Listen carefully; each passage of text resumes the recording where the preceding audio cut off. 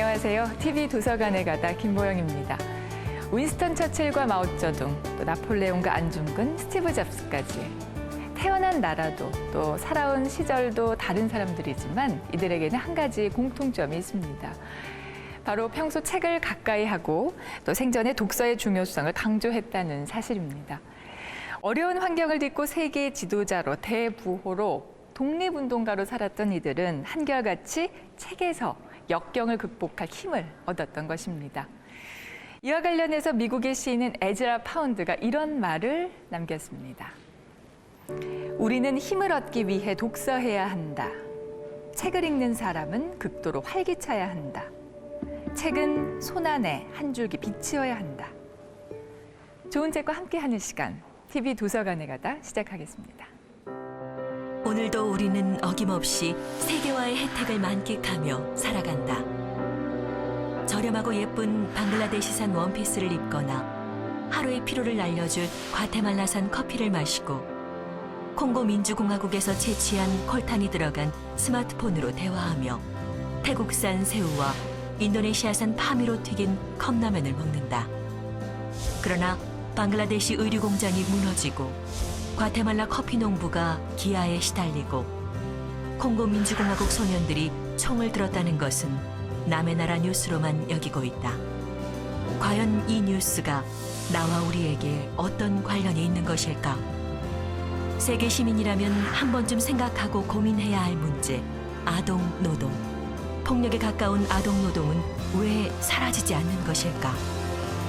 초콜릿, 스마트폰, 파뮤, 의류, 커피, 새우, 담배, 모카까지 우리가 사용하는 8가지 물건에 숨겨진 진실은 무엇일까? 국제사회의 경제적 이익을 위해 누군가는 암묵적으로 반군을 지원하고 자원을 불법적으로 거래하며 독재 정권과도 기꺼이 손을 잡는다. 그 결과 아이들은 목화를 따고 총을 든다. 세계화는 자유로운 경제 활동을 지원하지만 그 과정에서 발생하는 사회 문제는 책임지지 않는 현실. 세계화의 그늘에 숨겨진 아동 노동 착취를 말하고 있는 책. 찰리와 초콜릿 공장이 말해주지 않는 것들. 불편하지만 반드시 말해야 하는 아동 노동 문제와 그 해법을 찾아보자. 오늘은 아동노동 착취의 문제점에 대해서 다룬 책, 찰리와 초콜릿 공장이 말해주지 않은 것들에 대해서 이야기 나누겠습니다. 함께 얘기 나눠주실 세 분 모셨습니다. 네, 저자이자 비영리단체 세계시민교육 보니따의 공윤희 대표님 나오셨습니다. 안녕하세요. 네, 반갑습니다. 네, 저자이자 보니따의 윤혜림 대표님 나오셨습니다. 반갑습니다. 네, 반갑습니다. 네, 그리고 김종철 변호사 함께 자리해 주셨습니다. 어서 오세요. 반갑습니다. 네. 초콜릿과 커피, 의류 등 우리가 흔히 사용하는 8가지의 물건 속에 감춰진 아동 노동의 현실을 통해서 장밋빛으로만 보였던 세계화의 민낯을 드러내고 있는 책입니다. 찰리와 초콜릿 공장이 말해주지 않은 것들, 오늘 얘기 나눠볼 텐데요. 저자이신 이제 두 분이 이렇게 자리를 하셨어요.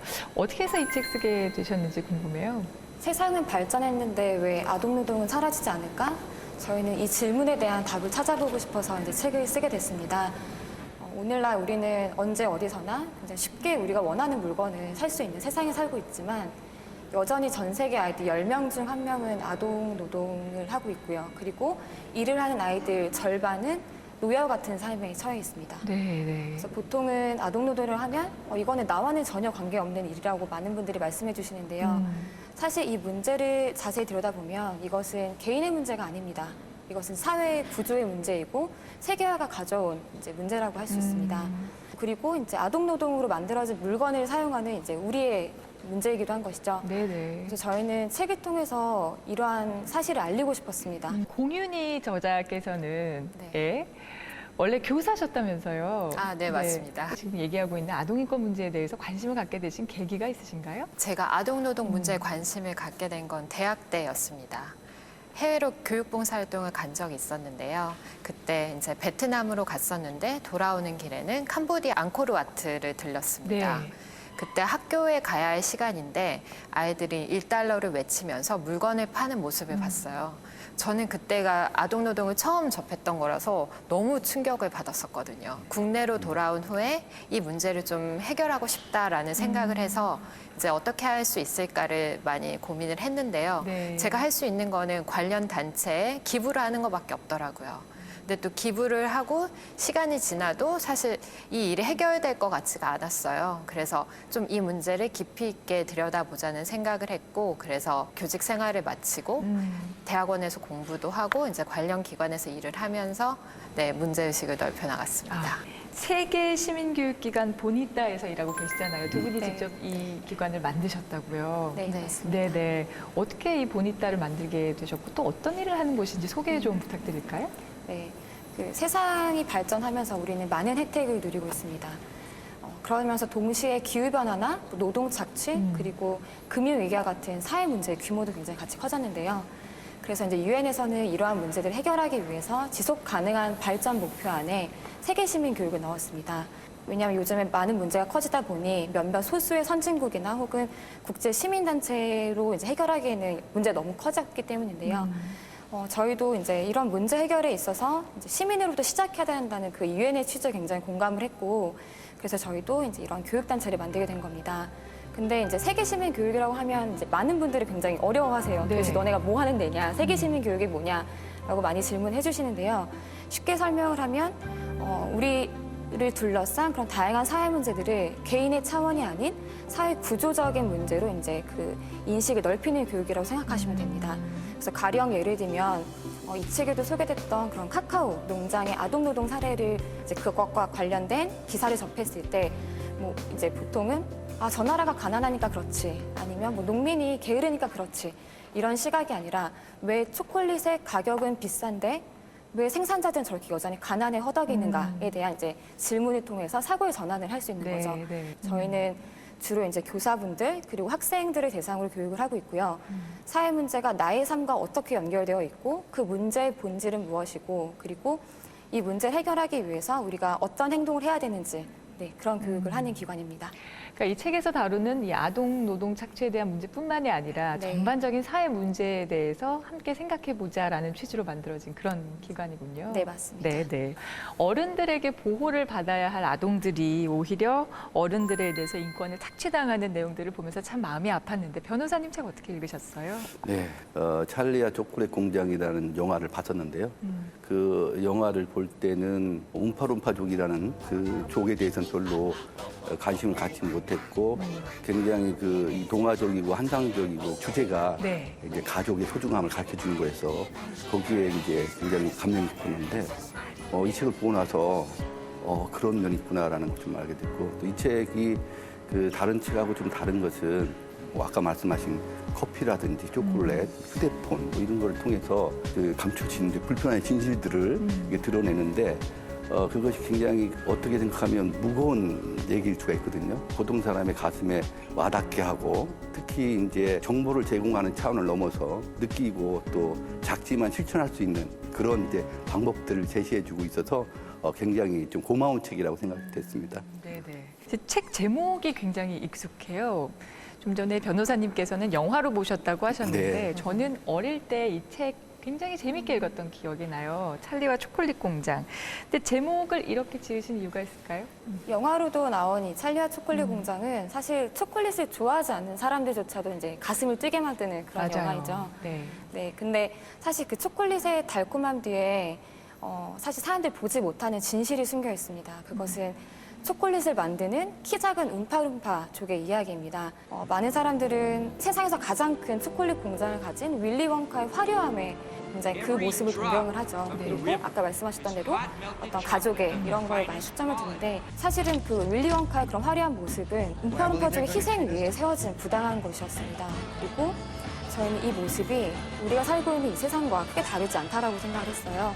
우리가 누리는 많은 것들이 사실은 생산자들의 그런 노동 착취를 통해서 이제 누리는 것들이기 때문이죠. 이러한 사실을 알고도 과연 여전히 윌리 원카가 멋있게만 보이는지 독자들에게 질문을 하고 싶었습니다. 네네. 지금 얘기하신 그 움파룸파족이요. 굉장히 귀엽고 또 즐겁게 일을 하는 것처럼 책에도 묘사가 되어 있거든요. 영화에서도 물론 그렇고요. 네. 제가 그렇게 읽었던 책에 이런 내용이 숨어 있다고 생각하니까 좀 기분이 좋지가 않은데 이 아동 인권에 대한 문제요. 굉장히 오래됐어요. 네. 아동 인권과 관련해서는 굉장히 오래됐는데 이게 이제 국가적으로나 이제 사회적으로 문제가 되기 시작한 것은 그 유럽의 이제 19세기 산업혁명이 되면서 그 여성이라든지 아동들이 굉장히 어려운 그 중노동에 해당되는 광산노동이라든지 그런 데 이제 하게 돼서 문제가 많이 됐었는데요. 그 당시에 영국에서는 그래서 여성이나 아동은 광산노동을 하지 못하도록 하기도 했고요. 네. 또 우리가 이제 의무교육 같은 것도 보면 그런 아동노동을 좀 이렇게 그 못하게 하는 그 일환으로 또 이렇게 의무화시키기도 했는데 1차 세계대전이 끝나고 나서 그 유럽의 많은 아동들이 굉장히 국가 생활을 했었어요.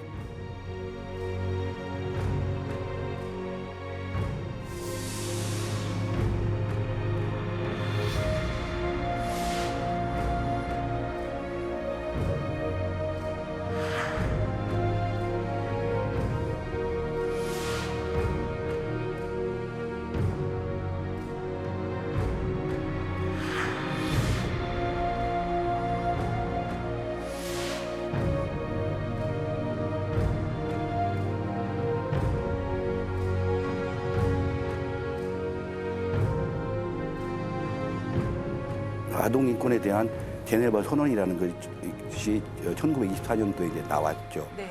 우리나라에 그 여러분이 잘 아시는 그 소파 방정환 선생님 얘기를 빼놓을 수가 없어요. 이분이 이제 그 어린이라는 용어를 처음 만들었어요. 아동의 그 인격을 좀 향상시킨다는 의미에서.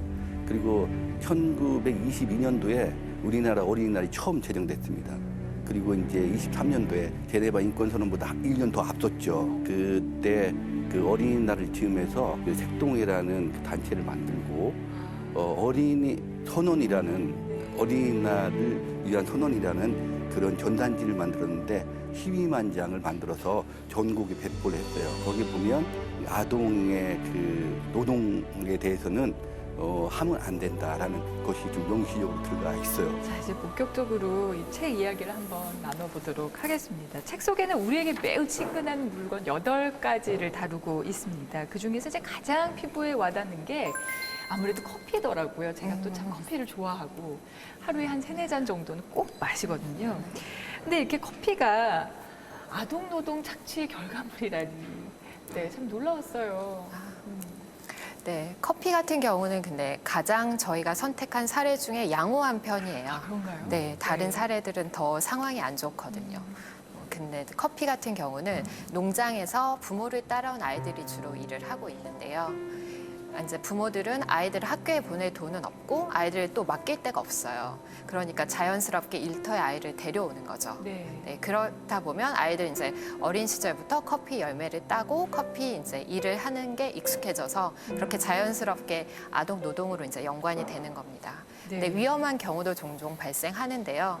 아라비카 커피 이제 많이들 들으셨을 것 같아요. 그런 커피 같은 경우는 고산지대에서 자라고 있습니다. 그러면 산비탈에서 일을 해야 되기 때문에 좀 위험이 발생하는데요. 고산지대라 보니까 안개도 많이 끼고 비가 오면 피할 데가 없어요. 그래서 성인들은 일을 꺼려한다고 하더라고요. 네. 그래서 거기에서 아이들이 이제 커피 열매를 따는데 머리를 부딪히거나 미끄러지거나 하면서 이제 위험한 일이 발생한다고 합니다. 그렇군요. 그 세계적으로 커피가 굉장히 기호식품이잖아요. 네. 그래서 아주 잘 팔릴 것 같은데 이렇게 아동 노동을 착취하면서까지 궁핍해지게 된 원인은 뭘까요?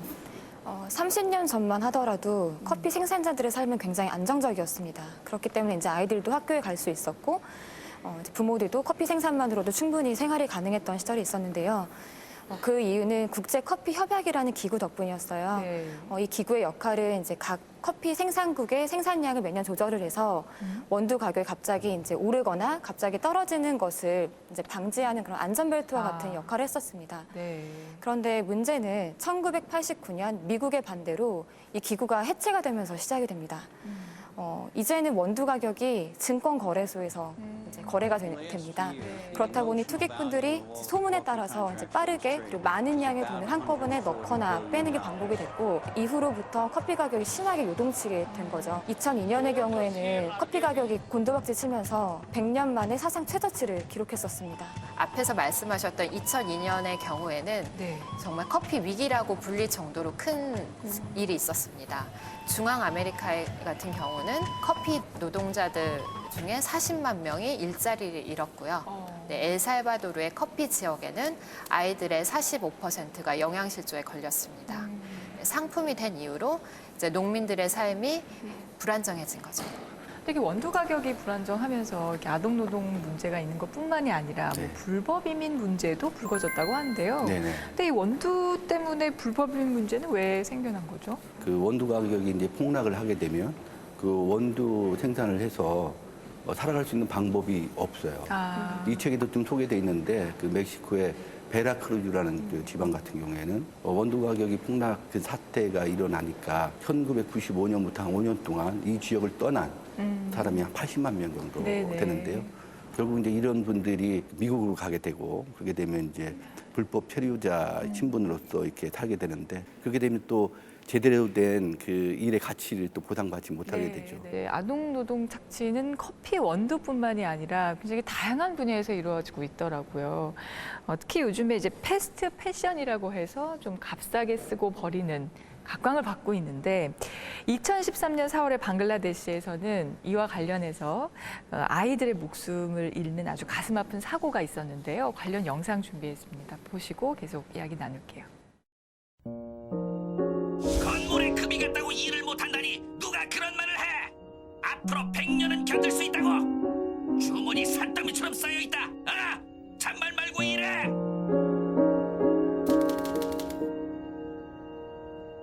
방글라데시 다카 라나플라자 건물 앞은 어수선했다. 공장주는 고래고래 소리를 지르면서 밖에 서 있는 노동자들을 건물 안으로 몰고 있었고 노동자들은 겁에 질린 얼굴이었다. 여기저기서 이상한 소리가 들리는데. 무서워서 일을 할 수가 없어요. 이러다 우리 다 죽는 거 아니겠죠? 그래도 꾸물거리지 맙시다. 이러다간 월급을 안 준다고 나올 텐데 그건 안 되죠. 죽게 하겠어요. 이래요, 얼른. 공장장이 또 잡아먹으려고 들기 전에요. 13살 소녀 안나 카툰도 불안한 눈으로 건물을 살피며 자기 자리로 돌아갔다. 불과 몇 분 전에 건물이 크게 흔들려 밖으로 대피하는 소동이 있어서 불안하긴 했지만 행여나 불이익을 받는다면 그게 더 두려운 일이었기 때문이다. 안나는 큰 숨을 내쉬고 다시 재봉틀을 돌린다. 그러는 사이 선풍기는 서서히 힘을 잃고 날갯짓을 멈추려고 하고 있다.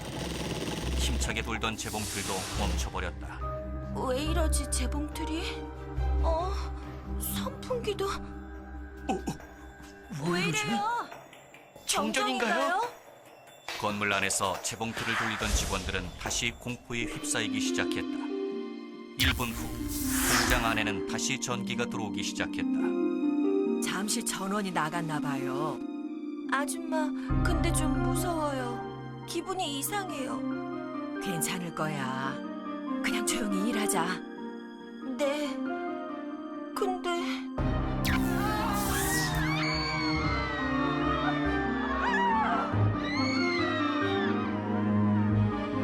안나가 다시 재봉틀을 돌리려던 그 순간 천장이 와르르 무너져 버렸다. 사람들의 비명소리와 건물이 무너지는 소리 그리고 부연 연기에 안나는 갇혀버렸다.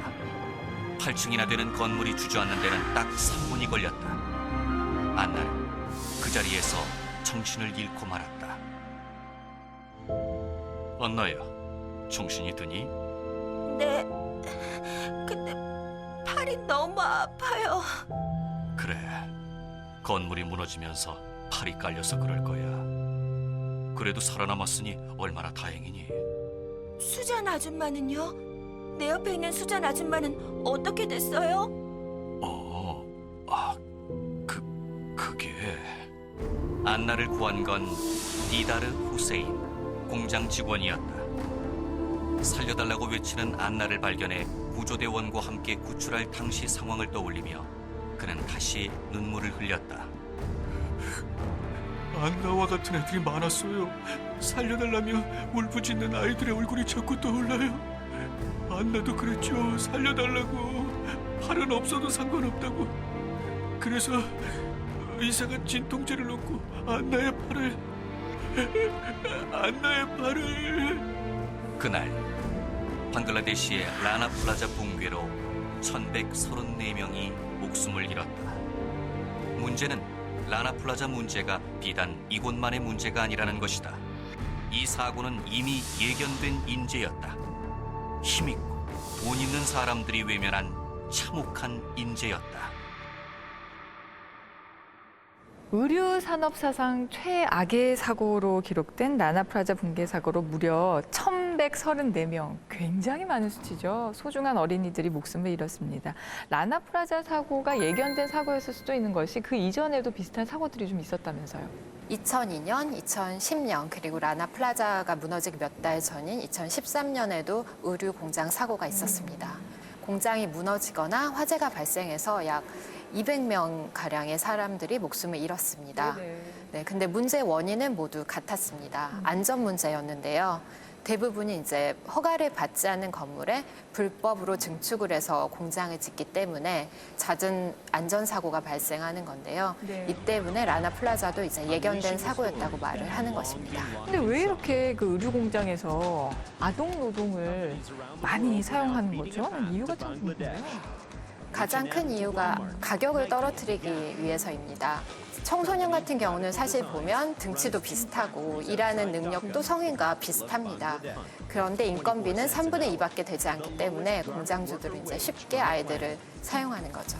책에서는 이 패스트 패션 산업의 비밀을 이제 하청으로 보고 있더라고요. 기업은 근본적으로 이윤을 추구하는 조직이죠. 인건비를 많이 이제 줄여야 되겠죠. 또 그 기업이 좀 책임에서 벗어나는 방법 중에 하나가 하청을 하고 또 하청한 업체는 또 거기서 또 하청을 하고 이렇게 되면 비용도 줄일 수 있고 그다음에 책임도 또 면할 수 있는 그런 구조예요. 국가적 입장에서 보면 다국적 기업이라든지 대기업의 하청 그런 형태의 그런 그 운영이 되고 있는 것을 모두 근절하게 되면 또 그 사람들의 일자리 측면에서 네. 또 걱정될 부분 있을 거예요. 네.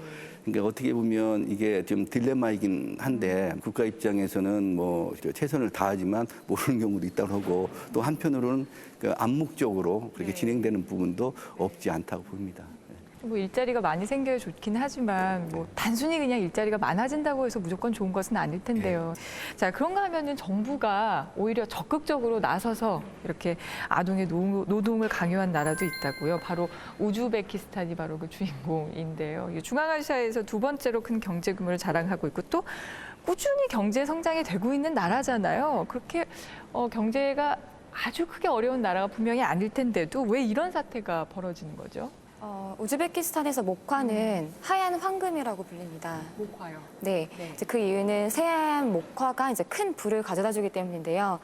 실제로 자료를 보시면 목화 관련 산업이 우즈베키스탄 국가 소득의 4분의 1을 차지할 만큼 굉장히 그 비중이 큽니다.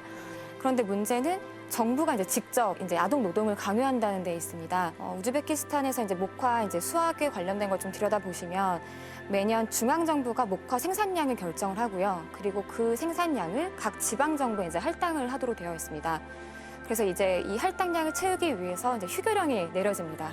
그래서 이제 매년 목화 수확기인 9월에서 11월 정도가 되면 최소 50만 명에서 200만 명의 아동들이 학교 대신 이제 농장으로 향하고 있고요. 이뿐만이 아니라 교사와 그리고 공무원들의 다수도 동원되고 있는 실정입니다.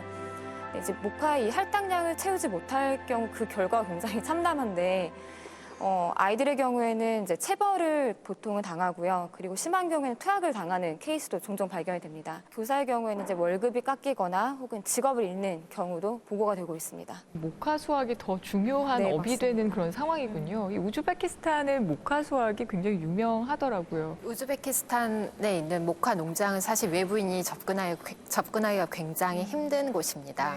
네, 그나마 2013년도에 그 국제노동기구에서 인권 상황을 조사한 적이 있었어요. 그때는 정부에 이제 허락을 받고 조사관과 파견관이 이제 같이 농장에 들어갔는데요. 그때도 정부가 정해진 날에 정해진 사람들과 인터뷰하는 걸로 조사가 끝났습니다. 그래서 이제 시민단체들은 이건 제대로 된 조사가 아니라고 이제 반발을 하기도 했었는데요.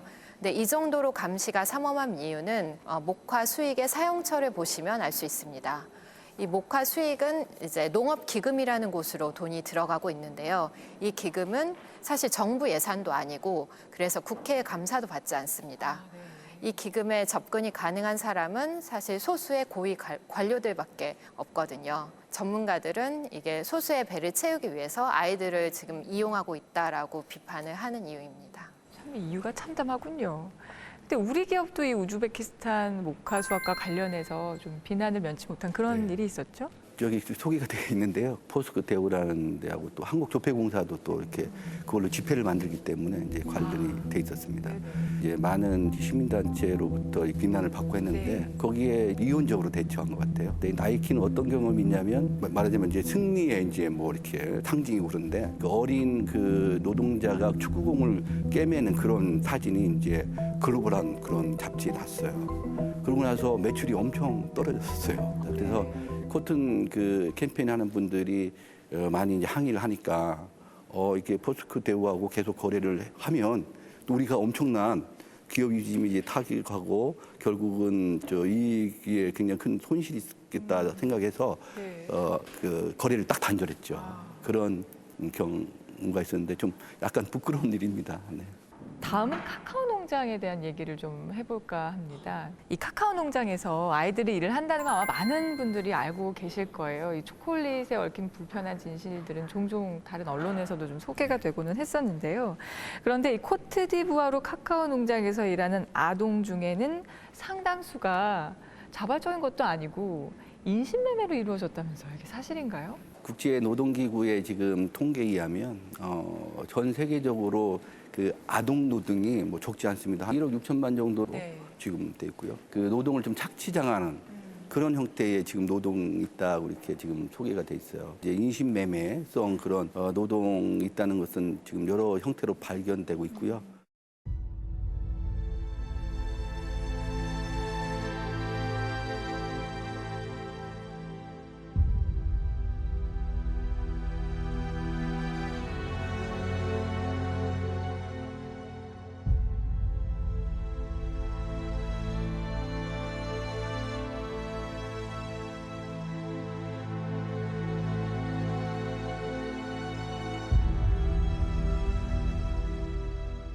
초콜릿뿐만이 아니라 콜탄이라는 그 물질도 굉장히 큰 문제이더라고요. 그러니까 콜탄은 이제 스마트폰이나 이게 전자제품에 들어가는 이제 광물 물질인데 콩고공화국 아이들이 콜탄 때문에 그렇게 많이 죽어간다면서요. 이제 요즘 스마트폰 없으신 분 없잖아요. 그런데 스마트폰 안에는 콜탄이라는 이제 광물이 들어갑니다. 이 콜탄이 들어가는 이유는 고온에서도 굉장히 잘 견디고 그리고 이제 다른 광물과 이제 금속과 결합을 하면 굉장히 단단해지고요. 그리고 적은 양만을 가지고도 이제 큰 에너지를 저장할 수 있기 때문입니다. 근데 원래 처음부터 콜탄이 이제 몸값이 이렇게 높지 않았었어요. 이제 몸값이 갑자기 뛰게 됐던 계기는 첨단 전자기기 산업이 이제 발달하면서 이제 같이 오르게 된 겁니다. 근데 문제는 이게 돈이 되기 때문에 그리고 원산지 추적이 굉장히 어렵기 때문에 이제 많은 반군들이 콩고 민주공화국에 이제 콜탄 광산이 모여 있는 동부 지역을 이제 장악을 하기 시작을 했고요. 그래서 내전이 지금까지도 끊이지 않고 있는 상황입니다. 반군이 장악한 이제 광산의 경우 그 인구의 40%가 아이들인데요.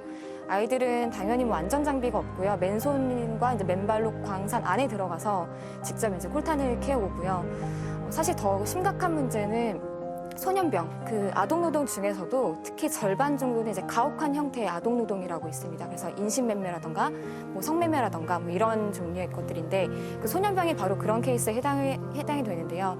이제 한창 아이들이 학교에 갈 나이에 군사훈련을 받고 그리고 사람을 죽이고 그리고 성노예가 되는 굉장히 비참한 삶을 살고 있습니다.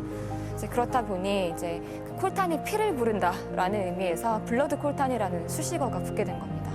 스마트폰 너무 자주 바꾸면 안 되겠다는 생각이 들어요. 제가 이 콜탄과 관련해서 이런 글을 어디선가 봤어요. 뭐 유럽과 미국 아이들이 거실에 앉아서 스마트폰이나 게임을 통해서 가상의 괴물을 죽일 때에 이 콩고의 아동들은 탄광에서 죽는다. 굉장히 이제 끔찍하고도 슬픈 이야기가 아닐 수 없는데요. 이렇게 그 아동 노동 실태에 대해서 우리가 쭉 한번 얘기를 나눠봤는데 굉장히 좀 가슴이 아프고 상황이 좋지 않음에도 불구하고 우리가 희망을 느낄 수 있는 것은 이런 불공정 무역에 대해서 끊임없이 저항하는 집단과 또 사람들, 또 이렇게 두 분 같은 분들이 계시기 때문이 아닌가 하는 생각이 듭니다.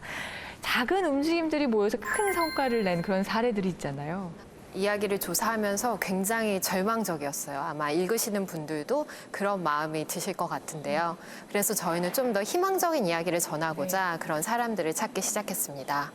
예를 들어서 초콜릿 같은 경우는 소비자들이 기업을 움직인 사례가 있었습니다. 바로 해리포터 연합이라는 곳인데요.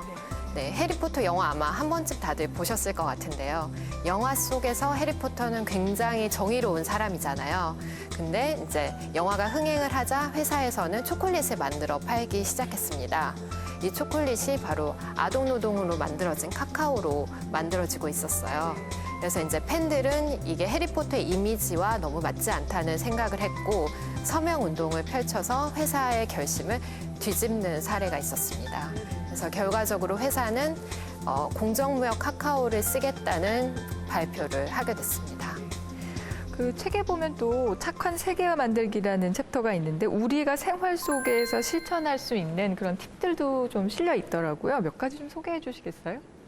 사실 이런 종류의 책을 읽다 보면은 많은 분들이 아마 답답함을 느끼셨을 거예요. 문제는 알겠다. 근데 도대체 나는 무엇을 할 수 있는가에 대한 건데 그거에 대한 답을 알려주는 책은 많이 없어서 이제 저희는 좀 많이 고민하던 끝에 매 챕터 끝에 그 착한 세계화 만들기 기본편, 실전편을 넣어서 이제 일상에서 쉽게 따라할 수 있는 그런 행동들을 좀 소개하고자 했고요. 몇 가지 좀 사례를 설명을 드리면 우선 그 의류 챕터에서 소개가 됐던 333 운동이라는 게 있습니다. 네. 이거는 한 계절당 30가지 옷가지만을 가지고 이제 생활을 하는 거예요. 그래서 옷가지 수가 제한되어 있기 때문에 더 빨리 사서 더 빨리 쓰고 더 빨리 폐기하는 그런 우리의 소비 습관을 되돌아볼 수 있는 그런 활동이고요. 또 콩고민주공화국의 이제 아이들을 돕고 싶다면 분쟁 광물 없는 캠페인 만들기, 그 캠퍼스 만들기 캠페인이 있습니다. 이미 세계에서 되게 많이 학생들을 중심으로 이제 캠페인이 많이 활발하게 진행되고 있어요. 그래서 예를 들면 미국 아메리칸 대학교에서는 이제 학생들을 주축으로 이제 이런 결의안을 만드는 움직임이 있었고요. 결국은 학교 관계자들을 설득을 했고 그 대학교에서는 이제 앞으로 구매하는 모든 전자기기는 윤리적 광물만 사용하는 전자기기를 구매하겠다라는 걸 이제 공식적으로 발표를 했습니다. 안타깝게도 아직 우리나라에는 그런 움직임이 없고요. 이제 바라건대 이제 앞으로 이제 이런 계기를 통해서 이제 학생들 혹은 학교가 주축이 돼서 분쟁 광물 없는 캠퍼스 한번 만들어 보면 진짜 모두가 좀 자랑스러워할 만한 그런 학교가 되지 않을까 이렇게 생각합니다.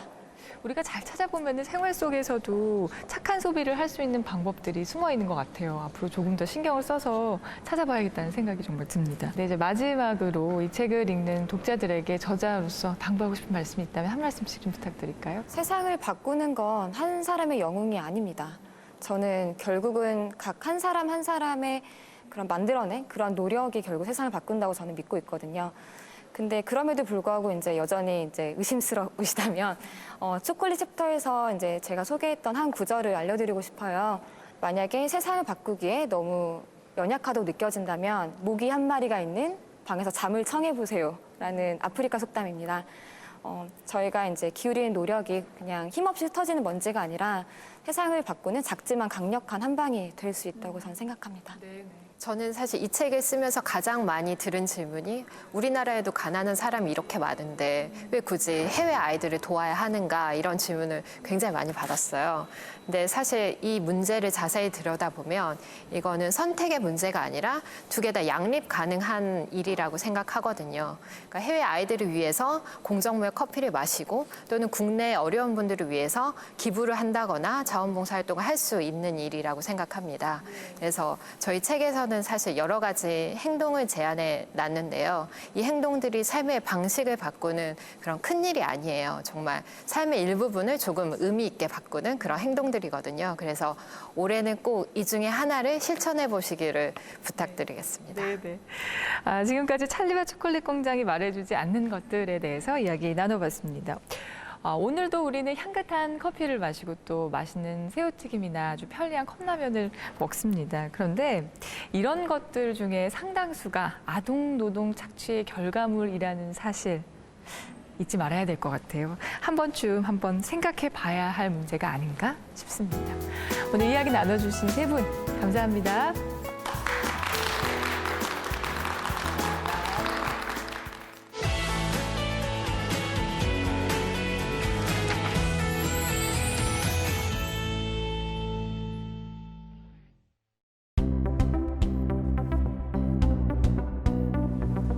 예, 안녕하세요.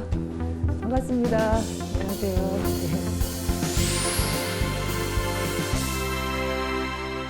방 곳곳에 꽃이 있습니다. 꽃 좋아하시나 봐요. 네, 원래 꽃을 좋아하기도 하고 저희 지역이 또 화훼 농가가 많아요.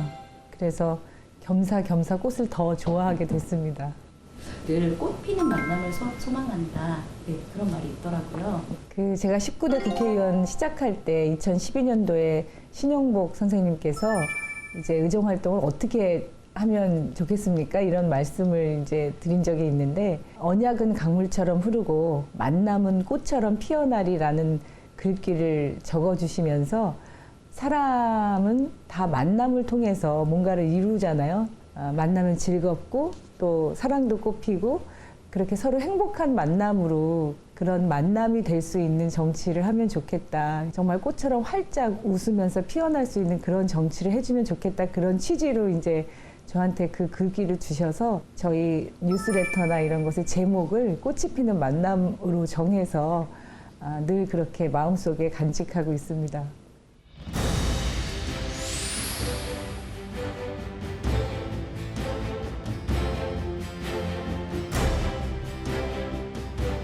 책과 관련된 활동을 많이 하신다고 들었습니다. 책 읽는 국회의원 모임도 있고요. 또 도종환 시인, 도종환 국회의원과 함께하는 시 읽는 국회의원 모임도 하고 있고요. 그게 정책이든 법안이든 아니면 생활 속의 어떤 이슈이든 책을 통해서 많이 배우게 되고 길도 찾게 되기 때문에 자주 잘 보려고 그렇게 노력하는 편입니다. 그렇다면 오늘 저희에게 소개해 주실 책은? 지금은 돌아가셨지만 제가 박원 선생님 너무 좋아하는데 그 선생님 책을 한번 소개해 드리고 싶은데요. 예, 여기 있네요. 박완서 선생님의 세상에 예쁜 것이라는 산문집입니다.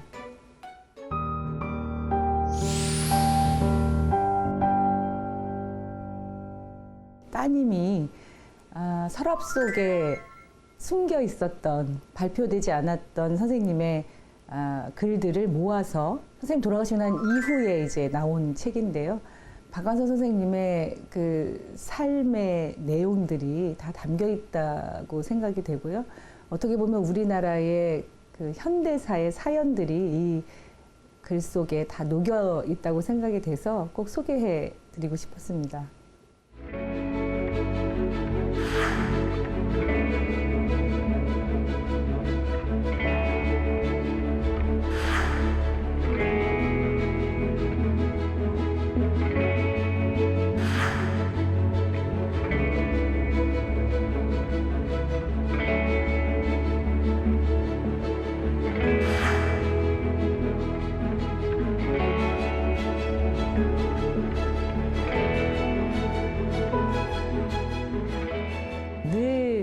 이렇게 미소 짓고 계시는데 온화하고 따뜻하고 그냥 언제나 무슨 얘기를 해도 들어주실 것 같고 이렇게 품어주실 것 같은 그래서 제가 이제 엄마, 어머니 이런 느낌으로 박원 선생님을 생각하게 되는데 일제시대에 태어나셔서 3살인가 4살 때 아버님이 돌아가셨고 또 50년대 그 전쟁을 겪고 88년인가 남편과 아들을 한 해에 같이 잃어버리고 그런 과정에서 굉장히 고통과 아픔을 정말 많이 겪었는데 자기가 작가가 되겠다 이런 것보다 뭐라고 쓰셨냐면 나는 문학을 하고 싶었던 게 아니라 복수를 하고 싶었던 거다. 복수심과 증오는 세월의 다독거림으로 위무받을 수 있을 뿐 섣불리 표현되어선 안 된다는 걸 차차 알게 되었다. 그때의 치 떨리는 경험이 원경으로 물러나면서 증오가 연민으로 복수심이 참고 이해하는 마음으로 바뀌면서 비로소 소설을 쓸 수 있었다. 이렇게 쓰고 계시거든요. 그러니까 증오로 복수심으로 시작했지만 글을 쓰다 보니 배려와 이해와 사랑과 포용으로 바뀌는 이런 이야기들을 이제 당신 스스로의 경험으로 쓰고 있는 거고요. 그래서 이 선생님의 삶을 통해서 사람의 삶이 다 이렇게 슬픔과 희노애락을 또 이렇게 겪으면서 가는 거구나. 아주 마음이 좀 편안해지고 작지만 이렇게 싹들이 이렇게 튀어나오는 것 같은 그런 느낌을 받아서 참 좋았어요. 예. 엄마는 이야기를 잘하셨다. 엄마는 시집 올 때 붓으로 손수 베껴 쓴 이야기책 한 개짝을 가져왔다고 전해지는 분이어서 심청전, 콩쥐 팥쥐부터 삼국지까지 우리나라와 동양의 고전을 두루 엄마를 통해 전수받을 수 있었다. 나는 이야기가 풍부한 집안에서 태어난 걸 어떤 부잣집에서 태어난 것보다 큰 복으로 알고 감사하고 자랑스럽게 여기고 있다. 서정주 씨의 빌어다가 한마디 하자면 나를 키운 건 파라리 이야기였다. 바느질을 하면서 옛날 얘기를 굉장히 많이 해주셨대요. 내가 이렇게 그런 아픔과 고통을 이겨올 수 있었던 게 이야기의 힘인 것 같다 이런 말씀을 하시거든요. 근데 그 이야기라고 하는 게 치유의 힘을 가지고 있잖아요. 저는 이제 언니들이 많아요. 제 위로 언니만 셋인데 언니들이 이야기를 많이 해줬어요. 책 이야기, 노래 이야기. 그러니까 그 이야기라고 하는 게 막 상상하게 되잖아요. 아, 그 다음에 이야기는 어떻게 됐을까? 이 사람은 그래서 어떻게 됐을까? 그 상상의 힘이라고 하는 것이 나도 모르게 희망적인 어떤 미래를 꿈꾸게 되는, 그래서 그게 이제 치유의 과정인 것 같아요. 여기 이렇게 썼어요. 선생님이 좋은 이야기는 상상력을 길러주고 옳은 것을 알아보게 하고 사람과 사물에 대한 사랑의 능력을 키워주고 보다 나은 세상을 꿈꾸게 한다. 이 말이 굉장히 공감 가지 않으세요? 저는 이 이야기가 제가 어릴 때 이야기를 들으면서 느끼고 꿈꿨던 걸 글로 정리하면 이런 건가 보다 이렇게 생각하게 됐고요. 저는 그것을 이제 마음의 근력이라는 표현을 쓰는데 이야기를 통한 치유의 힘.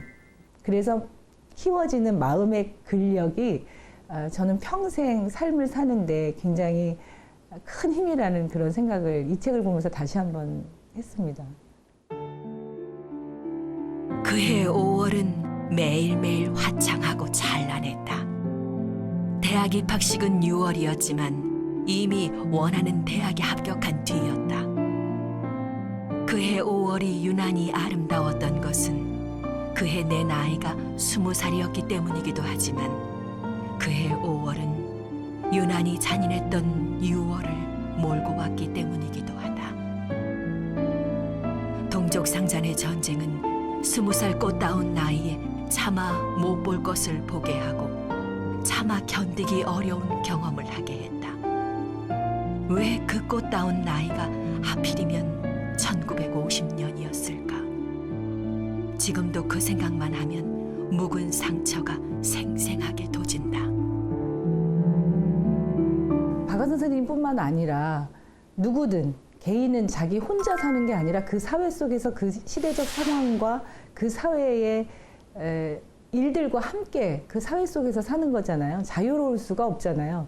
내가 이게 좋고 싫고의 문제가 아니라 전쟁이 나는 그 나라의 국민은 다 누구나 전쟁을 겪을 수밖에 없었던 그 시대적 삶을 같이 사는 거기 때문에 그래서 내 삶, 내 운명이라고 하는 것은 늘 그 사회 속에서 함께 사람들과 함께 살 수밖에 없는 거구나. 이런 거를 이제 이 박원순 선생님의 왜 하필 20살 이거를 보면서 다시 한번 또 느끼게 됐고요. 저는 그래서 왜 하필 20살 그때 나는 전두환 독재 정권 하에서 살았어야 했나. 저는 또 80년대 그 대학생들이 겪어야 했던 민주화 운동을 하면서 느껴야 했던 그 독재 정권과 싸워야 했던 그 시대를 20대를 살아서 내가 그런 시대가 아니었으면 내 20대는 어떻게 바뀌었을까 이런 생각을 해보게도 되죠. 잡초를 뽑다가 다 자라서 꽃봉오리까지 맺힌 봉숭아도 뽑아버리고 말았다. 내가 너무 못할 노릇을 한 것 같아 다 시든 걸 꽃밭에다가 옮겨 심어주었다. 밤사이 비가 촉촉이 와서 상쾌한 아침이었다.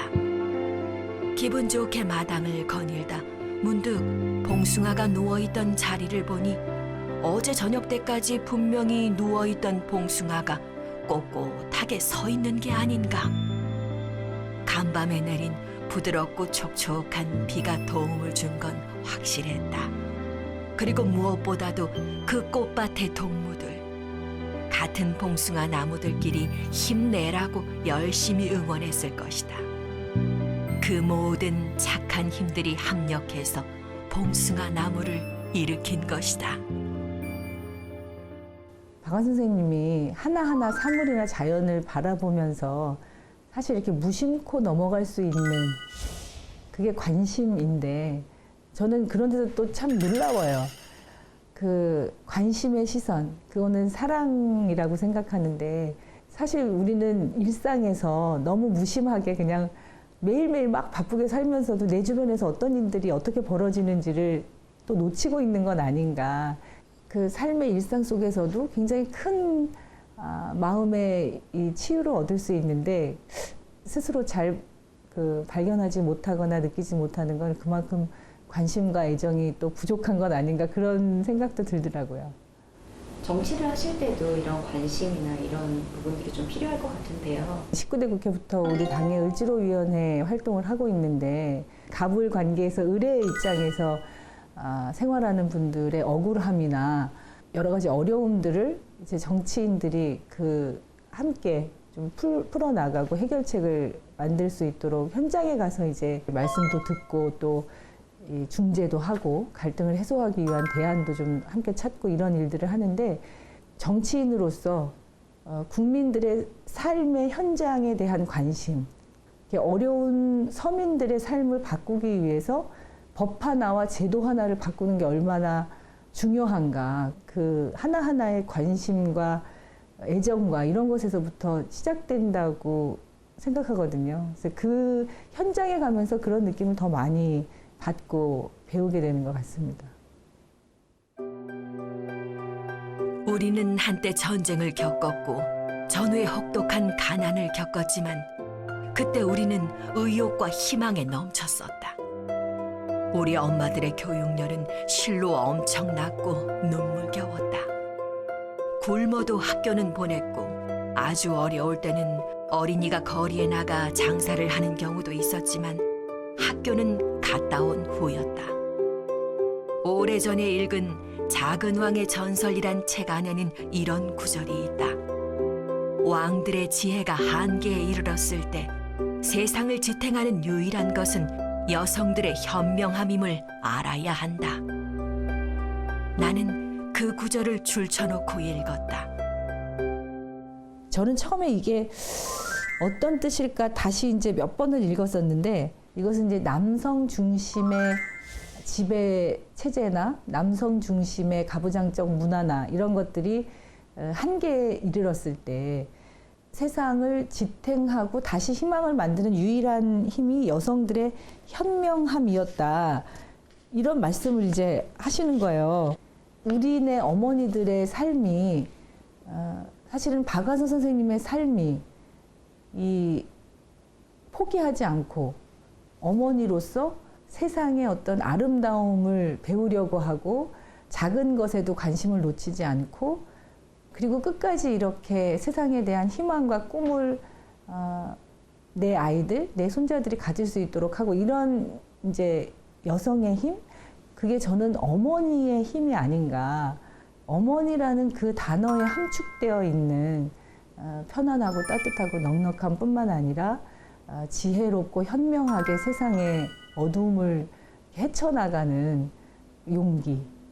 언제나 저에게 그리고 우리에게 그런 따뜻함과 또 정의로움에 살아있는 그리고 늘 저희를 이끌어 주시는 그런 분으로 자리매김하고 계신 것 같습니다.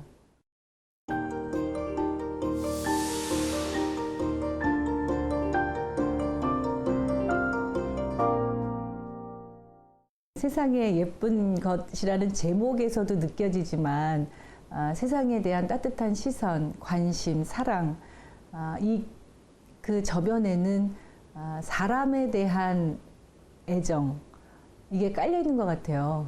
그리고 사람에 대한 애정은 사실은 새로운 희망, 어려움을 잘 이겨나갈 수 있는 그런 힘, 이것을 만드는 게 또 정치인의 역할이라고 생각하기 때문에 세상에 예쁜 것을 함께 꿈꿀 수 있는 대한민국을 만드는 게 제가 해야 할 정치인으로서의 역할이 아닐까 생각합니다.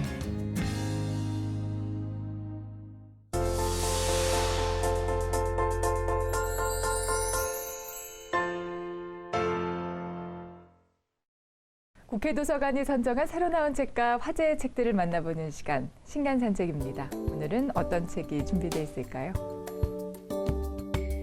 초원에서 한가롭게 풀을 뜯는 동물들을 보면 나도 이렇게 한 번쯤은 단순하게 살아보고 싶다라는 생각이 들 수 있는데요. 조금 황당한 이 상상을 실제로 실천한 사람이 있습니다. 염소가 된 인간에서 만나보시죠. 영국의 디자이너인 저자 토머스 트웨이츠. 저자는 촉망받는 예술가이지만 실은 근심과 걱정, 스트레스로 힘든 하루하루를 보냈는데요. 어느 날 인간이 아닌 동물이 되어보는 건 어떨까 하는 엉뚱한 생각을 떠올립니다. 그리고 마침내 인간의 삶이 아닌 염소의 삶을 살아보기로 결심했는데요.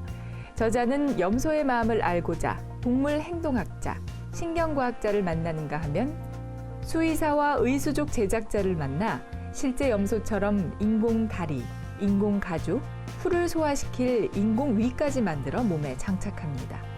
이윽고 알프스 산맥을 누비는 염소떼의 삶으로 뛰어들기 이르렀는데요. 저자는 염소처럼 네 발로 기어 알프스 산을 넘는 대장정을 시작합니다. 이 기상천외한 프로젝트를 통해 인간으로 살아간다는 것이 과연 어떤 의미인지를 다시금 되짚어 보는데요. 수많은 난관에도 결코 포기하지 않는 유쾌하고 엉뚱한 도전. 저자의 이 실험은 2016년 기발한 연구를 골라 상을 주는 이그노벨상 생물학상을 수상했습니다.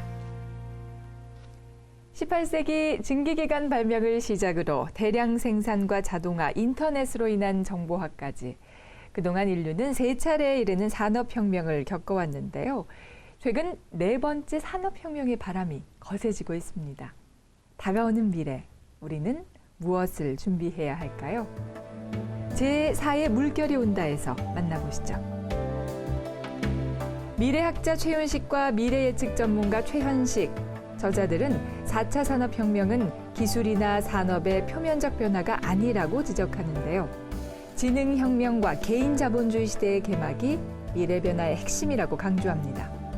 저자는 미래 변화를 이런 관점에서 봐야 넘치는 정보에 따라 일희일비하지 않을 수 있다는데요. 또한 장기적이고 전략적인 안목을 갖고 변화 속에서 기회를 잡을 수 있다고 말합니다. 특히 미래 기술의 혁명적인 변화는 인간의 지능에서 일어난다는데요. 미래 인간은 생물학적인 뇌를 포함해 인공뇌와 클라우드 뇌, 총 3가지의 뇌를 갖게 된다고 합니다. 그래서 미래에는 인공지능을 어떻게 활용하느냐가 경쟁력인 시대가 되며 지능의 역량에 따라 부가 달라질 것이라고 강조합니다. 또한 지능혁명으로 개인자본주의 시대가 열려 개인의 능력이 혁명적으로 증가한다는데요. 세상이 거대한 지능 네트워크로 연결되면서 자본주의 중심이 자본에서 개인으로 이동할 것이라고 전망하고 있습니다. 괜히 우울하고 짜증이 나요. 남편이 미워지고 자식들도 나를 무시하는 것 같아요. 중년을 맞은 여성들의 공통적인 하소연인데요. 아내로서 또 엄마로서 최선을 다해 살아온 여성들의 고민을 담은 책이 출간돼서 눈길을 끕니다. 중년이 묻고 심리학이 답하다를 만나보시죠. 좋은 가정 만들기의 기획자이자 심리학 교수인 저자 김희수. 저자 역시 쉰을 맞이하는 중년 여성인데요. 저자는 중년 여성들의 심리적 고민을 소개하며 이것이 당신만의 특별한 문제가 아니라고 말합니다. 동시에 중년 앞에서 낯설고 힘들어하는 이들에게 더 행복하게 나이 드는 법을 알려주는데요. 나의 어떤 모습이라도 사랑하고 다독여줄 수 있어야 한다. 극복하지 못할 트라우마는 없다. 차이로 상처받기보다는 차이를 인정하는 편이 낫다 등을 소개합니다. 중년 여성이 감당해야 할 심리적, 신체적 변화에 대해서도 자세히 설명하는데요. 저자의 솔직한 경험담과 함께 소개해 흥미롭습니다. 이 책에는 저자가 그린 26점의 그림도 함께 실려 있는데요. 자화상 1이란 제목의 그림 아래에는 나는 당당히 나의 중년을 보여주고 싶다. 내가 살아온 훈장이 있어. 나는 더 아름답다고 말하고 싶다라는 저자이자 중년 여성의 설명이 깊은 여운을 남깁니다. 통계청은 올해 65세 이상 고령 인구가 전체 인구의 14%를 넘어서는 고령 사회에 진입한다고 전망했는데요. 우리보다 앞서 고령화 사회를 맞이한 일본은 어떤 상황일까요? 노인 지옥에서 만나보시죠. 일본 아사히 신문은 2014년 1월부터 1년 2개월간 일본 노인의 현실을 심층 취재한 결과를 책으로 펴냈는데요. 병들고 나약한 고령자를 대상으로 하는 비즈니스 현장을 냉철하게 중계합니다. 정부가 운영하는 특별양호 노인시설은 저렴한 비용으로 입소할 수 있는데요. 하지만 대기자만 50만 명에 달해 언제 들어갈 수 있을지 아무도 모른다고 합니다. 돈이 있는 노인들은 민간의 비싼 유료시설을 이용할 수 있지만 그렇지 못한 사람들은 비위생적이고 열악한 시설에라도 의지할 수밖에 없다는데요.